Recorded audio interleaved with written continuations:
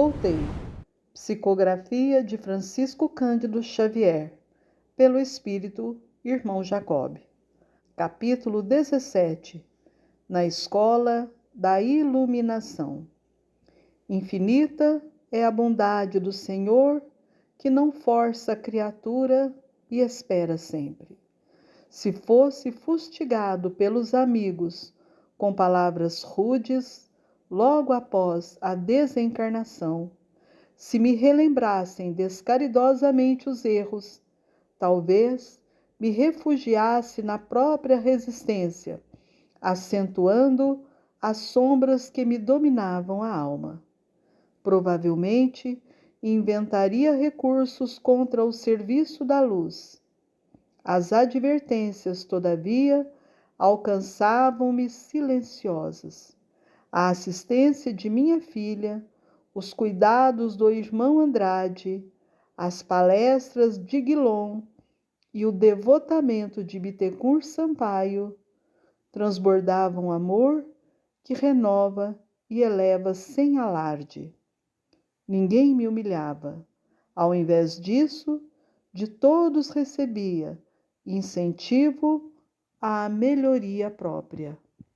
Salutares modificações me alegravam, penetrando-me o coração sem ruído. Em razão de tudo isso, no dia imediato ao entendimento com Bittencourt, no grande santuário, trazia o espírito mergulhado em reflexões graves e profundas. Como receber companheiros?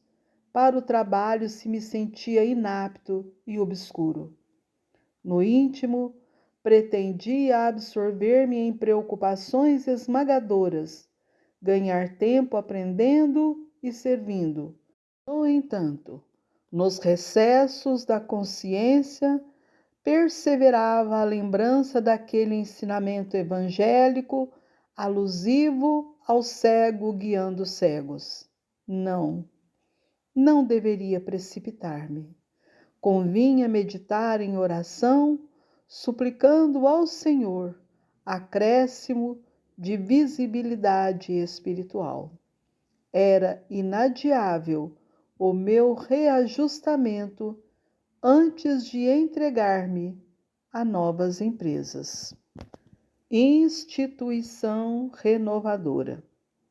Nesse estado da alma, recebi a visita intencional de Guilom, que me asseverou não ignorar quanto me ocorria. Atribuiu-me as dificuldades à transitória inadaptação à vida espiritual e aconselhou-me um curso rápido numa das escolas de iluminação existentes ali. E como eu lhe pedisse ajuda, explicou-me sorridente que encaminharia a solução do problema com o irmão Andrade, esclarecendo-o leal. Nesse serviço novo, Jacob, procure ser menino outra vez. Não guarde ideias pré-concebidas. Esqueça o homem de negócios que foi. Ouvide a sua posição de comandante com subordinados e pessoas agradecidas à sua disposição. Chega sempre o momento em que nos cabe devolver ao Senhor as dádivas que nos empresta a título precário. De mente lavada e fresca, você aprenderá melhor o sentido da vida real.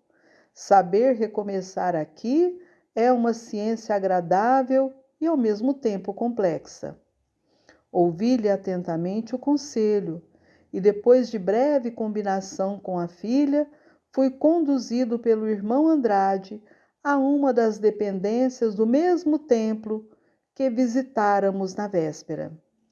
Algumas dezenas de espíritos aí se achavam em contato com os instrutores. Notei que as aulas iam animadas, todavia não se revestiam de caráter solene, e por esse motivo tornava-se difícil destacar professores e aprendizes. Tudo simples e cordial. Primava o ambiente pela expressão acolhedora. dissertações graves, em fraternidade envolvente. Andrade confiou-me à proteção do gabinete administrativo e afastou-se, depois de explicar que me dedicaria ao aprendizado de apenas algumas semanas, por ser detentor de certa bagagem de conhecimentos elevados, recolhidos na esfera carnal, considerando-se que a maioria dos companheiros ali estacionados nas lições diuturnas disputavam, por enquanto, alguns recursos rudimentares da espiritualidade superior. Informações úteis. Vendo-me a sós com o instrutor que me atendia, surpreendido, gravei suas palavras estimulantes e afáveis. Revelava-se sinceramente interessado em auxiliar-me, conduzindo-me a extenso recinto da organização, falou-me alegre e franco. Você apreciará ensinamentos e valer-se-á das possibilidades da escola com a eficiência precisa, em meio de espíritos que lhes são desconhecidos até agora. Em matéria de aprendizado iluminativo, as afeições terrestres nem sempre ajudam. Comumente, perturbam, aliás. A conquista de luz interior demanda certa violência aos interesses do eu, e os parentes ou afins, por vezes, tocados de afeição exclusivista, provocam vibrações de piedade mal conduzida, de amor próprio ferido, de melindres desnecessários e ciúmes nocivos. Isto, na maior parte das ocorrências, envolve a alma numa redoma de perigosa ilusão, tal como se um material isolante nos afastasse do clima real da vida. Cada qual de nós é um problema particular na criação divina. Enfrentemos corajosamente os nossos enigmas. Se é preciso libertar das zonas inferiores o coração para religá-lo aos planos mais elevados, tenhamos suficiente valor para fazê-lo. Em tarefa como a que se vai iniciar, a demora da mente nas fórmulas mais respeitáveis de retenção pode ser ruinosa. Fitei o interlocutor, esperançoso e contente, e talvez porque me observasse o juvenil anseio de aprender com proveito, bateu-me paternalmente nos ombros e rematou sorrindo. Seja feliz. Lembre-se de sua necessidade de transformação salutar e prossiga fortalecido e sereno. Daí a instantes, tomava lugar entre os assistentes. Nenhum conhecido, nenhum laço que me fizesse retomar mentalmente o passado. Aliás, mais tarde, que esse característico da instituição é providencial. Ainda não nos achamos num campo de amor equilibrado. A herança do círculo consanguíneo, da simpatia incondicional, do grupo sectário ou do impulso preferencial ainda nos acompanha intensamente à esfera em que me reajusto. A autoridade superior nos permite conservar semelhante patrimônio em sua feição venerável de inclinação construtiva durante o tempo que disputamos. Todavia, no regime de aclaramento espiritual, é prudente agir contra qualquer situação exclusivista. Daí a conveniência da congregação de elementos neutros entre si, porque a amizade que aí se estabelece não tem os resquícios da paixão terrena que, mesmo em seu aspecto formoso e nobre, dentro do qual é aproveitada na elevação de nível cultural e sentimental do mundo, funciona contra a harmonia da mente, sem a qual é impossível acender a própria luz. Em aprendizado. Dentro em pouco, familiarizar-me no curso. Destina-se à organização, ao suprimento de valores educativos aos espíritos procedentes da esfera carnal, mas sem grandes compromissos no desvio do bem. É curioso notar que a maioria dos alunos se encontram na posição do homem necessitado de metal precioso, que houvesse demorado muito tempo junto ao filão aurífero, esquecendo o próprio objetivo.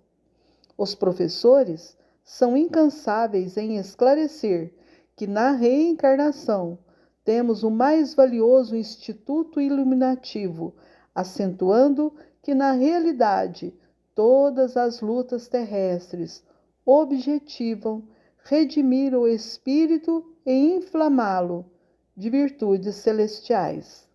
Acrescentam, no entanto, que chegado ao santuário do corpo físico, o homem ouvida os imperativos de sua permanência nos vários degraus da preparação e passa a perseguir inutilidades ou vantagens efêmeras, quando se não arvora em observador tirânico ou impiedoso crítico dos próprios irmãos de luta.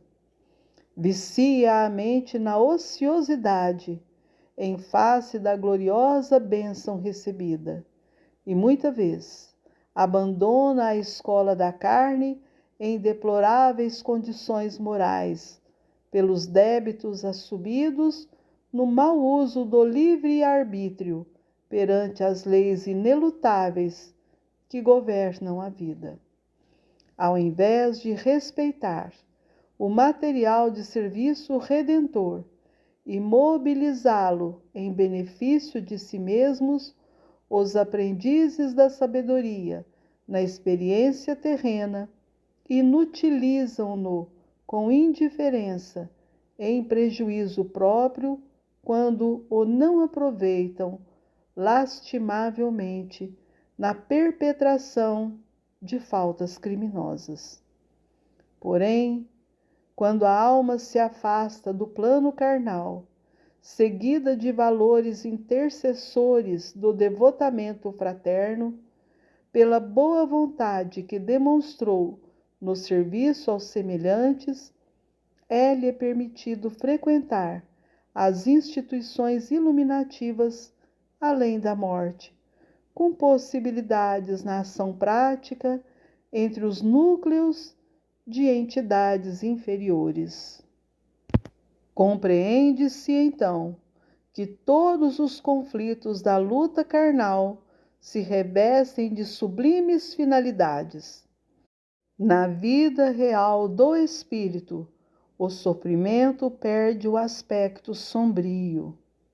Não é entendido tão somente por recurso expiatório ou regenerativo, mas também por bênção salvadora que aprimora e ilumina sempre. O homem, agarrado ao prazer fácil de um minuto, perde a bendita sementeira da eternidade. Somente por isso é que não extrai do obstáculo da dor e da dificuldade o conteúdo de alegria imperecível que oferecem à alma. Algo surpreendido, vinha saber que se o solo bruto ajuda o lavrador e educa-o através do trabalho que o melhora e enriquece, assim também as inteligências inferiores e rudes beneficiam os espíritos superiores em conhecimento ou virtude. Quando estes se interessam na dilatação de seus próprios poderes, tanto quanto numa agremiação escolar, o lucro legítimo pertence àquele que ensina e se dedica à preparação de alunos distraídos ou ingratos. Os casos agrupados na escola são dignos de menção especial. Os companheiros contam os mais interessantes episódios em matéria de fuga ao ensejo da felicidade definitiva. Escaparam ao tesouro da santificação íntima, deliberadamente, por infantil receio de sofrimentos e humilhações. Grandes e abençoadas oportunidades de subida a luminosas culminâncias foram perdidas. E agora, qual me ocorre, reparam o tempo menosprezado por intermédio de mais intenso labor. Conceitos de uma cartilha preparatória. Do acervo de primorosos livros, cuja existência me foi permitido observar, um dos instrutores retirou certa cartilha de afirmações sintéticas destinadas a despertar a mente, recomendando-me acurada meditação na leitura. Dentre o conjunto, posso destacar algumas que interessam de perto aos companheiros que se dispuserem a receber minhas despretensiosas notícias. Cada espírito é um mundo vivo com movimento próprio, atendendo às causas que criou para si mesmo no curso do tempo, gravitando em torno da lei eterna que rege a vida cósmica. 2/3 das criaturas humanas encarnadas na crosta da Terra demoram-se em jornada evolutiva da irracionalidade para a inteligência ou da inteligência para a razão. A terça parte restante acha-se em trânsito da razão para a humanidade, fora do corpo terrestre, mas ligados ao mesmo plano, evolutem bilhões de seres pensantes nas mesmas condições. Em esferas mais elevadas do planeta, outros bilhões de almas caminham da humanidade para a angelitude. O processo de educação do ser para a divindade tem sua base no reencarnacionismo e no trabalho incessante. O Instituto das Compensações funciona igualmente para todos. Ninguém ilude as leis universais. Os recursos de dignificação da individualidade permanecem ao dispor da comunidade planetária. Nas diversas escolas religiosas da Terra, escolas que se diferenciam no culto externo de acordo com os impositivos de espaço e tempo, mas que no fundo e em essência se irmanam na fonte da eterna verdade, em que a integração da alma com a luz divina se realiza por intermédio do Supremo Bem. Jesus é o ministro do absoluto, junto às coletividades que progridem nos círculos terrestres. Os grandes instrutores do mundo, fundadores de variados sistemas de fé, representam mensageiros dele, que nos governa desde o princípio. Toda criatura humana possui consigo as sementes da sabedoria e do amor. Quando ambientar esses divinos germes dentro de si mesma e desenvolvê-los amplamente através dos séculos incessantes, conquistará as qualidades do sábio e do anjo, que se revelam na sublime personalidade dos filhos de Deus em maioridade divina. Enquanto no corpo de carne, muitas vezes apressadamente, como se devorasse qualquer alimento sem mastigá-lo, tomei conhecimento das instruções de ordem superior. Entretanto, ali, à vista das circunstâncias em que me encontrava, a leitura me obrigou a sérios pensamentos.